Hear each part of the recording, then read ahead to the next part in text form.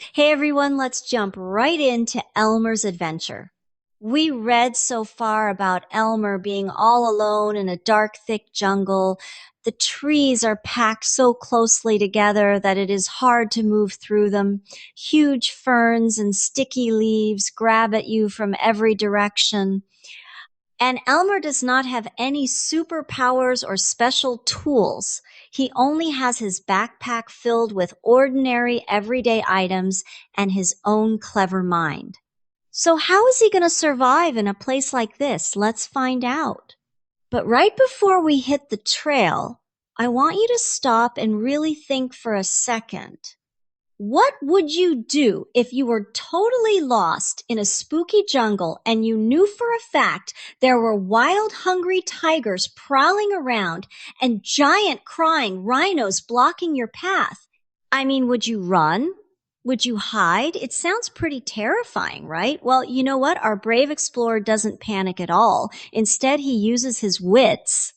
At first, Elmer decides to walk beside a wide, muddy river because he thinks it will be the safest way to travel. He even puts on his rubber boots to protect his feet. But soon, the swamp gets deeper and deeper. Thick, sticky mud traps his feet and almost pulls his boots off. Elmer struggles through the muck until he finally reaches drier ground. Now the jungle is so thick that he cannot even see the river anymore. So Elmer takes out his compass and carefully chooses the direction he should walk. But there is a problem. The river curves sharply, and Elmer does not realize it. By following a straight path with the compass, he accidentally walks deeper and deeper into the jungle. Before long, Elmer realizes he is completely lost. Now, Elmer is completely lost in the jungle. He keeps tripping over rotten logs and huge tree roots as he tries to move forward. Then things become even scarier. Elmer starts hearing soft whispering noises around him, first behind him, then on both sides. He tries to run, but the jungle is too thick, and he keeps stumbling over roots. The strange sounds get closer and closer. At one point, Elmer even thinks he hears something laughing at him from the dark shadows. Finally, he bursts into a large open clearing so he can finally see what is following him. And then he sees them. In the darkness around him, 14 glowing green eyes stare at him from all sides of the jungle. 14 glowing eyes in the dark sounds terrifying, but let's think about it for a second. If each animal has 2 eyes, then 14 eyes means there must be 7 animals hiding in the jungle. And when the glowing eyes finally step out of the shadows, Elmer sees exactly who is surrounding him. 7 huge, hungry tigers. The tigers form this massive circle around him, and they are looking hungrier by the second. But then they sit down and actually start talking to him. They're complaining in these deep, grumbly, growly voices. The first one snarls, "I suppose you thought we didn't know you were trespassing in our jungle." The next one chimes in, "Did you know that not one explorer has ever left this island alive?" Another one literally licks its chops and says, "You're our first little boy, you know. I'm curious to know if you're especially tender." And the absolute scariest part, they look right at him and say, "We don't have regular meal times. We just eat whenever we're feeling hungry, and we are very hungry right now." Then all 7 tigers roar at the exact same time, "Let's begin right now," and they start moving in closer. Oh no, the tigers are so close that Elmer can feel their breath on his face. What would you do if 7 hungry tigers were about to eat you?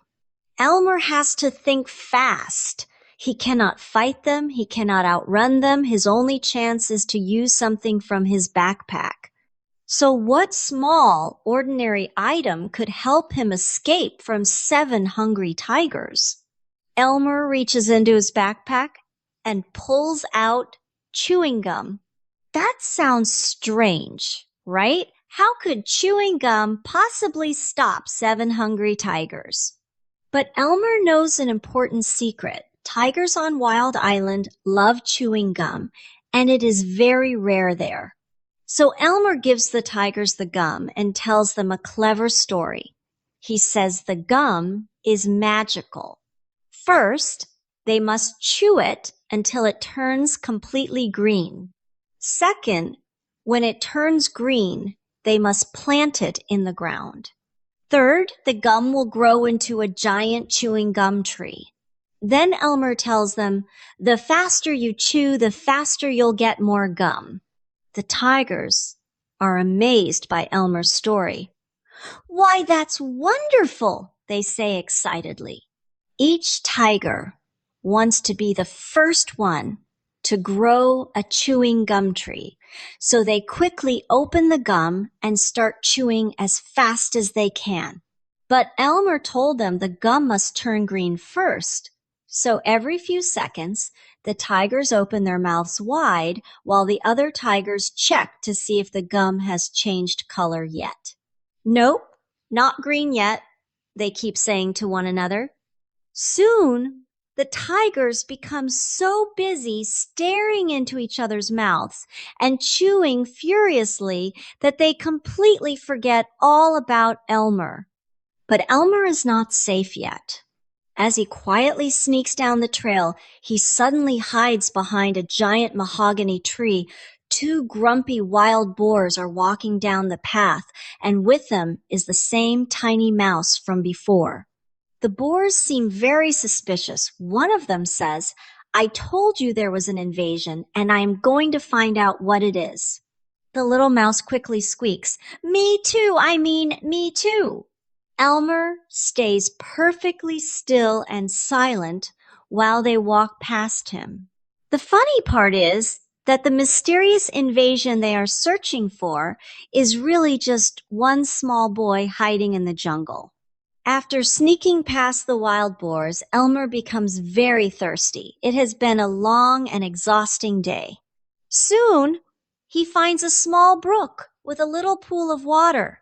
Wearing his rubber boots, he carefully steps into the shallow water and bends down to take a cool drink. But suddenly, whoosh! Something sharp grabs him by the back of his pants. Before Elmer can even react, he is yanked high into the air and shaken around wildly. Who could have grabbed him like that? Hanging upside down over the water, Elmer hears a loud, angry voice boom through the jungle. Don't you know this is my private weeping pool? The voice roars. Elmer quickly apologizes and says he did not know anyone could have a private weeping pool. The animal angrily replies, most animals don't, but I do. I have something very big to cry about, and I drown anyone I catch using my pool. Then the huge beast begins tossing poor Elmer up and down over the water. But why is this huge, scary animal crying so much in the first place? While the rhinoceros tosses him up and down, Elmer quickly asks, what are you so sad about? The rhinoceros explains that when he was young, his horn was a beautiful pearly white. But as he got older, it turned an ugly yellow-gray color. This is what makes the rhinoceros so upset. Even though he looks big and frightening, he is actually very insecure and worried about his appearance. But even after explaining all of this, the rhinoceros still says he plans to drown Elmer for using the weeping pool. Oh boy, the boy is literally dangling by his pants from the exact same tusk the rhino is crying about. He has to think fast. He yells out, wait a minute. I have some things that will make your tusk all white and beautiful again.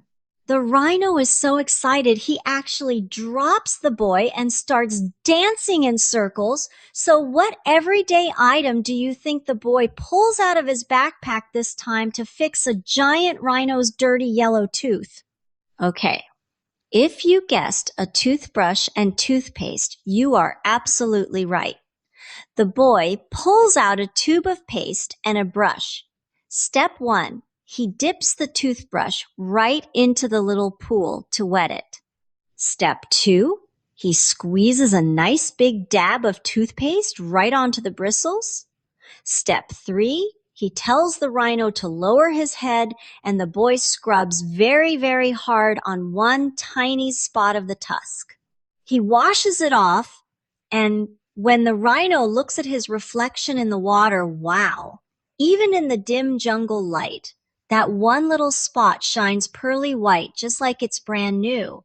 The rhino is absolutely thrilled. He snatches the toothbrush right from the boy and starts scrubbing his own tusk as fast and as hard as he possibly can. But right at that moment, they hear hoof steps.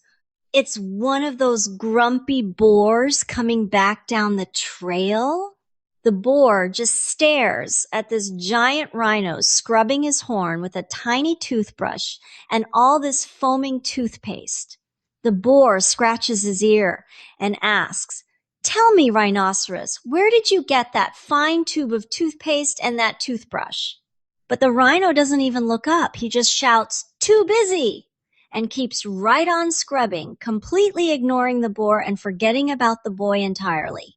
Elmer's clever tricks are working perfectly, and the whole situation becomes really funny.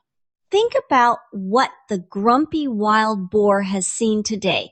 First, he finds 7 fierce tigers sitting in a circle staring into each other's mouths while chewing gum as fast as they can. Then, a little later, he sees a huge rhinoceros brushing his horn with toothpaste. The confused boar walks away grumbling to himself. He decides that this mysterious invasion must be making all the animals act completely crazy. But the funny truth is that the entire invasion is really just one clever boy carrying a backpack through the jungle. By using ordinary things like a stick of gum and a toothbrush, our young explorer has totally outsmarted the deadliest, angriest animals in the jungle without fighting them at all. He just solved their problems or tricked them into being busy. But, the jungle is still really deep. The trail is still super long, and those boars are still hunting him. So I'm going to leave you with this question. What wild, clever trick do you think our explorer will have to use next to survive? Keep your curiosity sharp, just like our explorer's mind. And thank you so much for joining me for today. If you'd like more personalized feedback, writing support, and discussion sessions, they're available with me or with our selected tutors. All the details are here.